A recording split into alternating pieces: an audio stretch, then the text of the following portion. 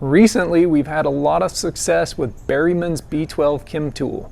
It reduced our oil burning from about 1.25 quarts in 300 miles to about 1.25 quarts in 1,000 miles. We did a second treatment hoping it would improve the mileage even more, but we seem to have plateaued at the 900, 1,000 mile mark.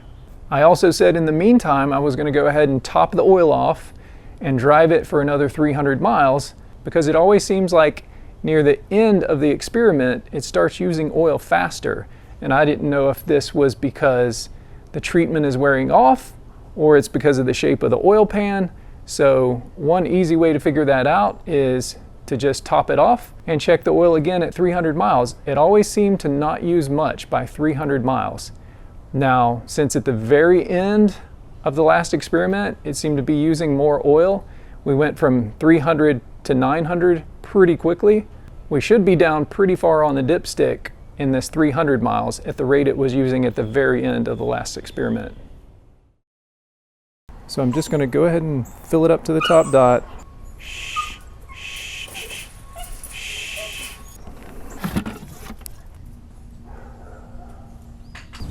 By the way, the engine is cold right now and hadn't been run today. Here's what we look like on the level. 1 quart exactly in this bottle. You can see it's pouring like syrup today.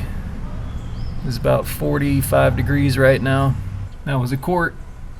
And I'm gonna add, about that much.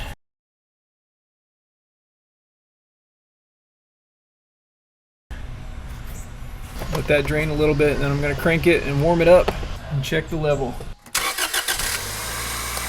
Okay, the engine is warm. Yeah, I took enough time to make me a cup of coffee. Give it a wipe. Right to the top dot. Guess we'll see what happens. Let's of course check the mileage first. So there is our oil mileage. So when you saw me just check it before I topped it off, we've been 921.3 miles. Hold and reset, back to 0. Okie doke. Pas de soleil, pas de soleil, pas de soleil, pas de soleil, pas de soleil, pas de soleil.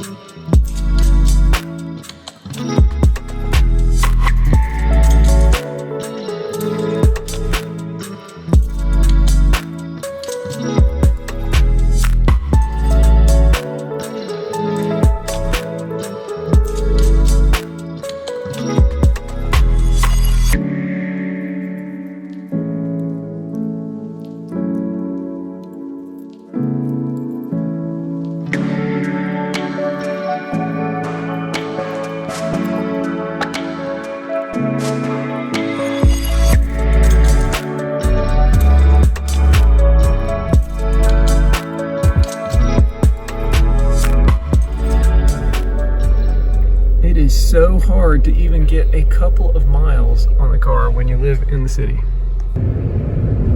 Yay!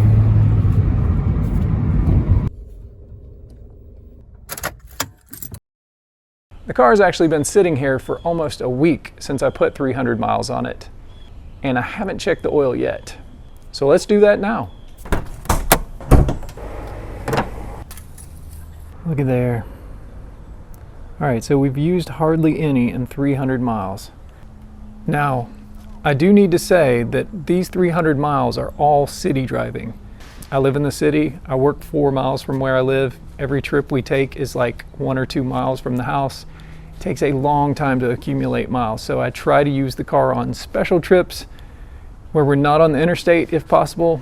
Back roads, driving 45 miles an hour, 40 miles an hour. So it only using that fraction of oil in the last 300 miles either means it is the shape of the oil pan that is making it look like it uses more oil later, or it's highway miles make it use more. And I'm sorry, but I can't recall if the first 300 miles of both of those tests had any interstate driving on them.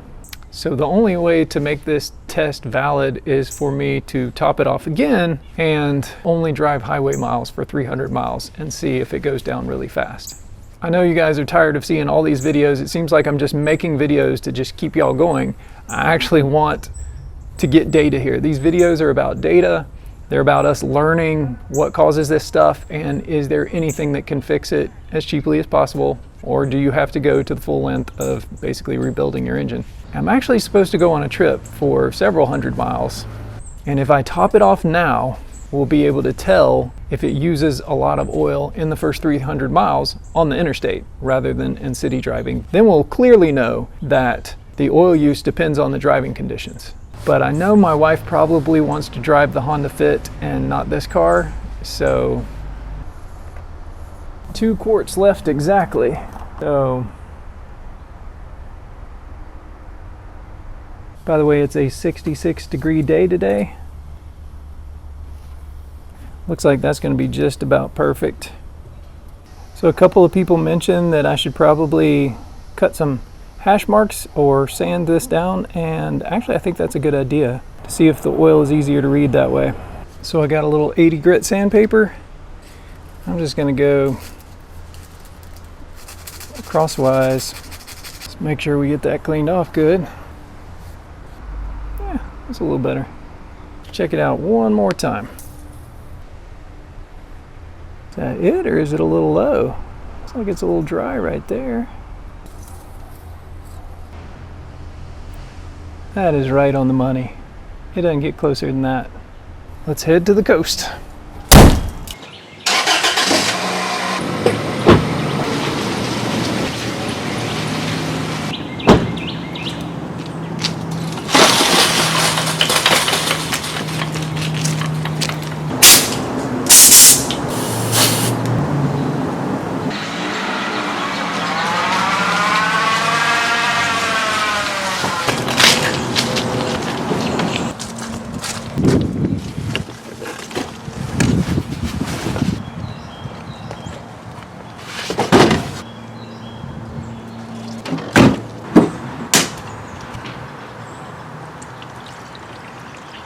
Man, this thing like takes a full gallon.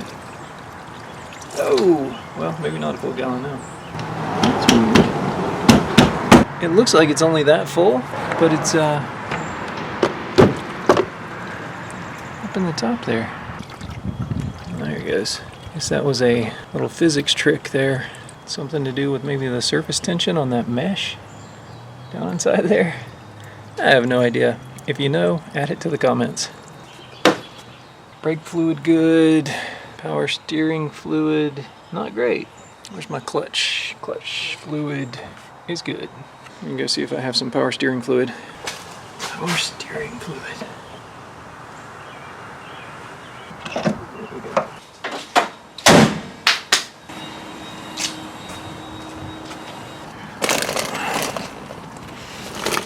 There we go. You're next. Yeah, look for any food first.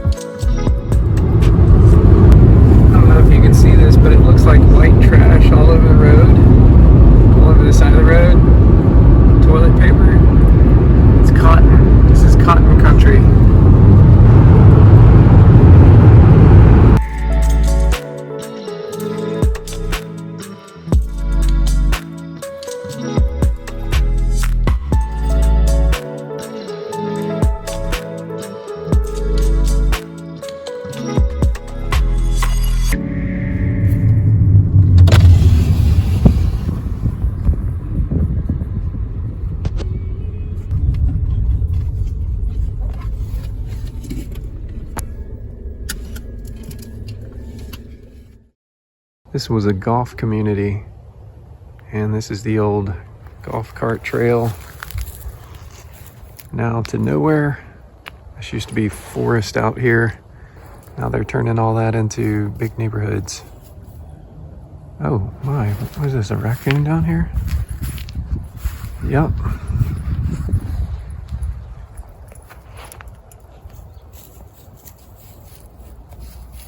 I'm not a big fan of raccoons. Ever since our duck got attacked, oh, it was brutal.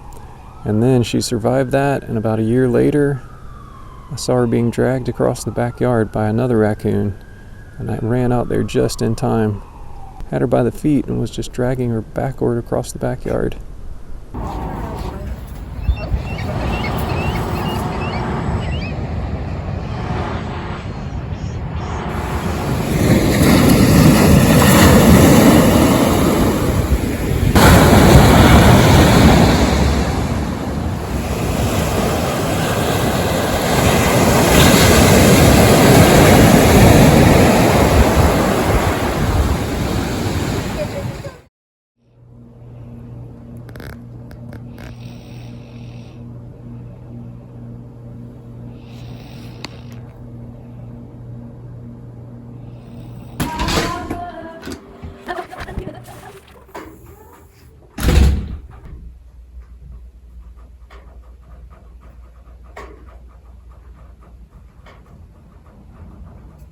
Well, I misjudged the distance a little bit. Wasn't quite 300 miles, but I think it's enough miles of straight interstate driving, or mostly interstate driving, to get us some data.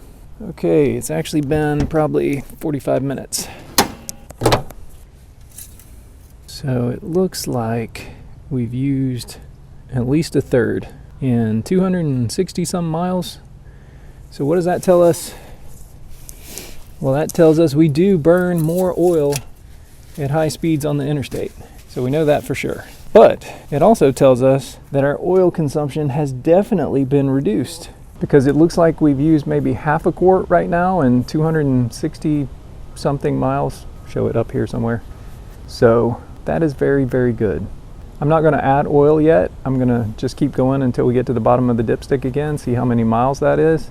Oh, one other thing before I do the oil catch can video, to see if we actually need it, some people recommended we stick a scope down the throttle body and look all in there and see if there's a lot of oil residue in there and maybe on the throttle plate. So we'll do that. We'll also do a cold compression test. Someone said that'll help us find which cylinders are still a problem, but that's probably really if it's the compression rings and not the oil control rings, but we'll see. And maybe I'll do another scope of the engine, see if we can learn anything.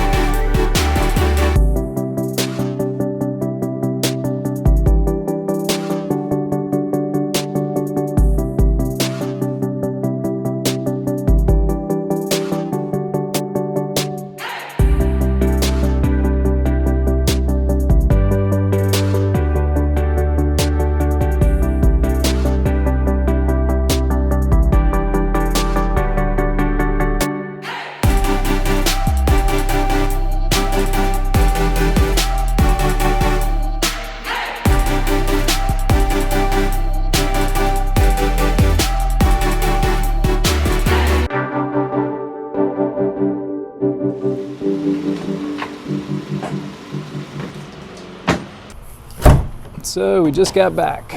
Car's been parked about 15 minutes, which is plenty of time for the oil to drain down in the crank. Let's see what we got here. Well, you can tell Feisty Kate drove on the way back. Just a hair above that bottom line. So almost 1 1/4 quarts. And what was that in about 700 miles? So, good news. It appears that the Berrymans did work, and it's not just temporary. We definitely have some sort of lasting improvement, and it just is affected by the type of driving. So we did 70 plus miles an hour on the way back. For almost this whole 700-ish miles, we've driven interstate miles. So not quite 1 1/4 in 700 miles is not bad. That is still an improvement. I have a feeling if I was driving, 45 mile an hour back roads for the 700 miles, we would still have plenty of oil left on the dipstick. Before I end this video, let's do a few more things. I'm going to let the engine get totally cold, so we'll let this sit overnight. And actually, it might be more than overnight because I'm expecting guests, so this car might be sitting here for a while. Then we'll do a cold compression test. We'll also scope the throttle body to see how much oil is coming in through the PCV. Maybe we'll scope the cylinders one more time. All right, let's look at the PCV system for a minute. So here's the PCV valve, and it vents via this tube, which goes down and enters the back of the throttle body. This is the throttle body right here. It's actually on this side of the throttle plate. This actuates the throttle plate inside there, opens and closes it. So to see if there's oil coming in from the PCV system, we'll have to scope through here, open the throttle plate, and look for oil residue inside this part of the throttle body or intake manifold. But there's also this that comes from the valve cover and goes into the throttle body on this side of the throttle plate. I'm not exactly sure what this is for. Maybe somebody can mention it in the comments. It looks like there are no restrictions. It looks like it's a straight tube from the valve cover in. So could we be losing oil vapors through here?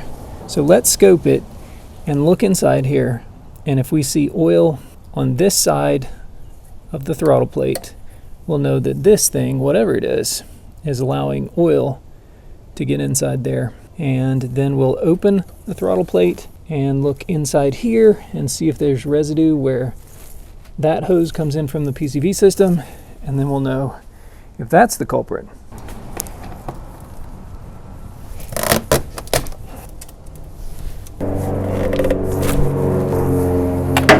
Now we actually won't even need a scope to see on this side of the throttle plate. Wow, look at that. So whatever this tube is right here, it is clean as a whistle inside there. Doesn't seem to be affecting this whatsoever. And that throttle plate looks pretty clean. Let's open it up.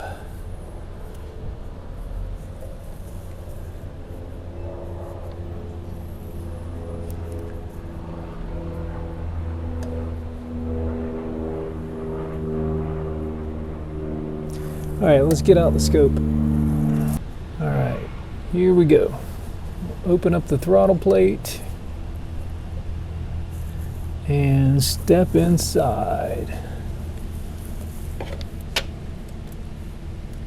Well, there are what look like headers, but that's actually, the aluminum intake manifold runners.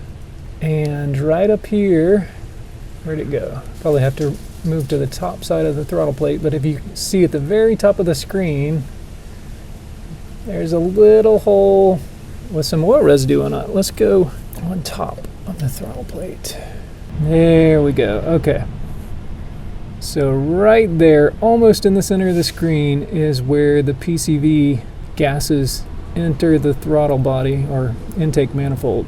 There's definitely some oil residue in there, definitely. But, man, the intake looks clean aside from that. And you can see where some oil residue looks like it's been cleaned off. I wonder if the chemicals, when we were doing the testing, were in the blow-by. Obviously, I guess they were in the blow-by. And I wonder if that went through the PCV system and cleaned stuff in there. Let's look inside one of the intake runners here.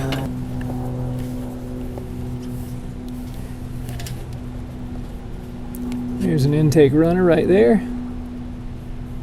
Looks pretty clean. Did we get in another one there? Oh, there we go. Okay, so that's the one just to the left of the other one. Looks pretty clean as well. So, looks like the PCV system is allowing some oil vapor in there, but doesn't look too bad actually. I think we can put this back on. Tighten that up. A lot of viewers also think I should do a compression test pretty much every time I do one of these experiments, so we can see if the compression is changing. If you recall, the compression test that I did a while back showed very high compression, and someone mentioned this. I have so much oil getting into the cylinders that basically every time I do a compression test, it's pretty much a wet compression test because everything's sealing with the excess oil.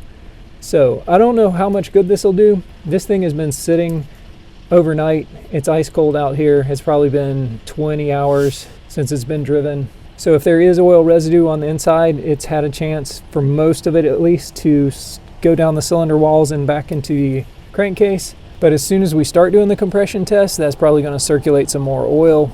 Maybe not enough to do anything since it's basically just slowly rotating the engine. It's not really pressurizing it like when it's running. Let's pull the plugs. Let's look inside the cylinders, see if there's any oil in them right now. See if we can tell anything by the plugs and by the cylinder walls and the piston tops, which cylinders are giving us the most trouble.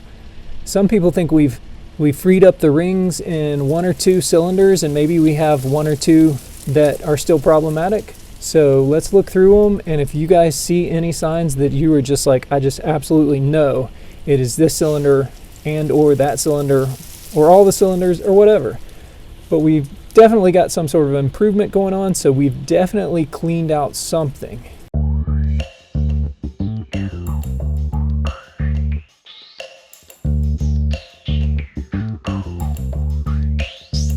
Let's stop here for a moment and look at the coils. So some people think that I'm getting oil through the spark plug seals, which is kind of part of the valve cover gasket system, and that's where the oil is leaking into, or some of the oil is leaking down into the cylinders. These do have oil residue on them, but I don't remember if I even ever cleaned these off since I did the valve cover gasket and all. I don't think I did. Let's go ahead and clean them off now. And what we'll do is, before I remove the spark plugs, we will stick a scope down in there and see if we can see any oil in there. I can't imagine though much oil would be getting in around the spark plugs, because spark plugs are just naturally supposed to have a really good seal. At least I would think so.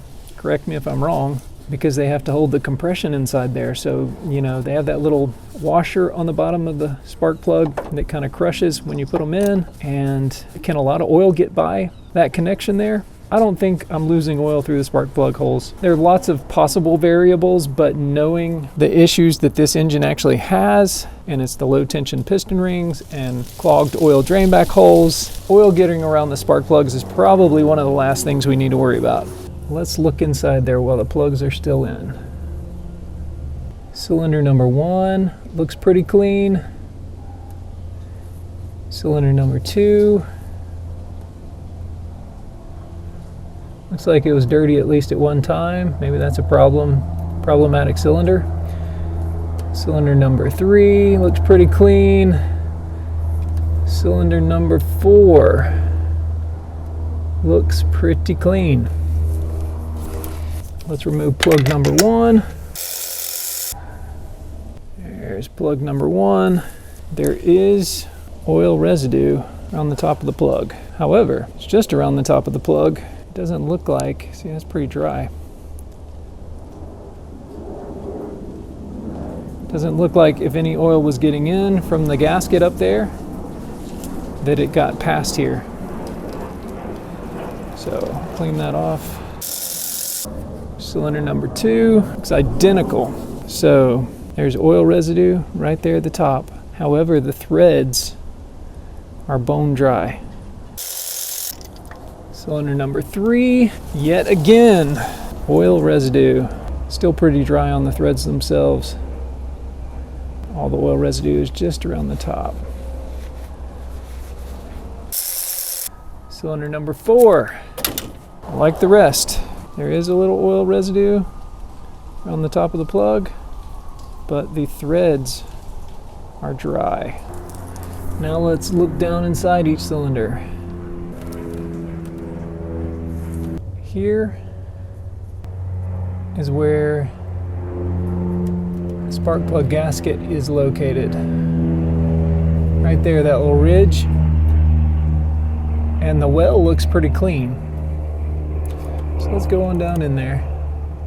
I do see the oil down there. I don't know where it's coming from. Maybe it's old oil. It could be from back when I actually changed the valve cover gasket. Cylinder number 1. Let's turn the crank until we get it where we need it to go.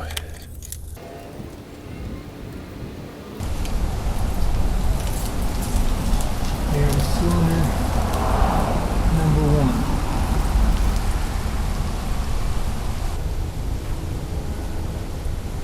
There's cylinder number 4. This is cylinder number 2. Here is cylinder number 3. That one looks different than the rest of them. A little bit oilier. Is cylinder number 3 the problem? Let's do a compression test. Pull the EFI fuse. Let's start with cylinder number 3. Just because it looks different, I want to get a good read on that before it's influenced by maybe more oil circulating through the engine or whatever. Not sure what that'll tell us, but looks like it'll stay there. Now I'll go give it a crank.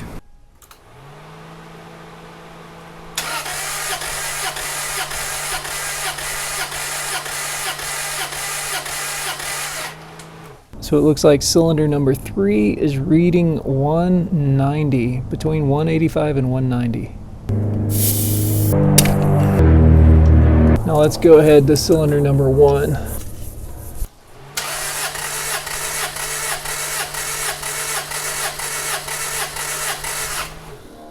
Interesting, definitely not the same. Cylinder number 1 is reading, is that right on 210? That is right on 210.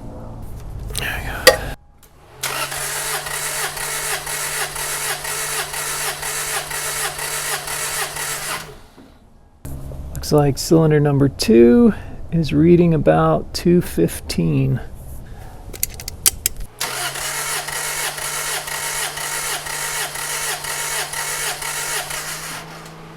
Cylinder number 4 is 210 as well. So we got 210, 215 on 1, 2, and 4. Now that we've rotated the engine a few times and maybe got some oil circulating, I don't think it'll affect it, but let's go back and look at cylinder number 3 again.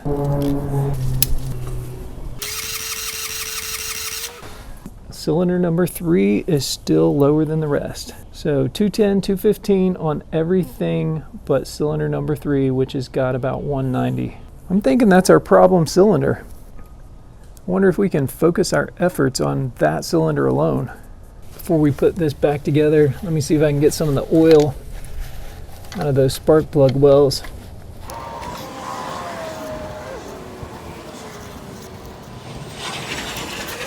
Originally, we were using about 1.25 quarts of oil in 300 miles. And Berryman's B12 Chem Tool got us down to 1.25 quarts in about 1,000 miles. And in the last video where we treated again, we still stayed around 1,000 miles per 1.25 quarts of oil. Since we still have room for improvement, we still have opportunities to try more chemicals. A lot of you have recommended BG EPR, and that is probably coming up in the future, but somebody else actually jumped in there. Texas Powerman was kind enough to send us a chemical recommended by Scotty Kilmer. A lot of you guys know Scotty Kilmer, and a lot of you guys have mentioned ATS 505 CRO, a chemical that Scotty Kilmer says works wonders. And I don't know if there's been a video that does some thorough testing on it yet. So we're going to try it out. Texas Powerman gave us a bottle of the oil system treatment and then another bottle of the oil system treatment along with the fuel system treatment. So that's coming up. If you haven't subscribed, you might want to do that if you want to see that test. Also, I just have to say, you know, something that's called ring free, I think we're just going to probably have to test this unless the ATS fixes the problem. But please keep up the great suggestions in the comments. And as always, thanks for watching, and I hope to see y'all in the next one.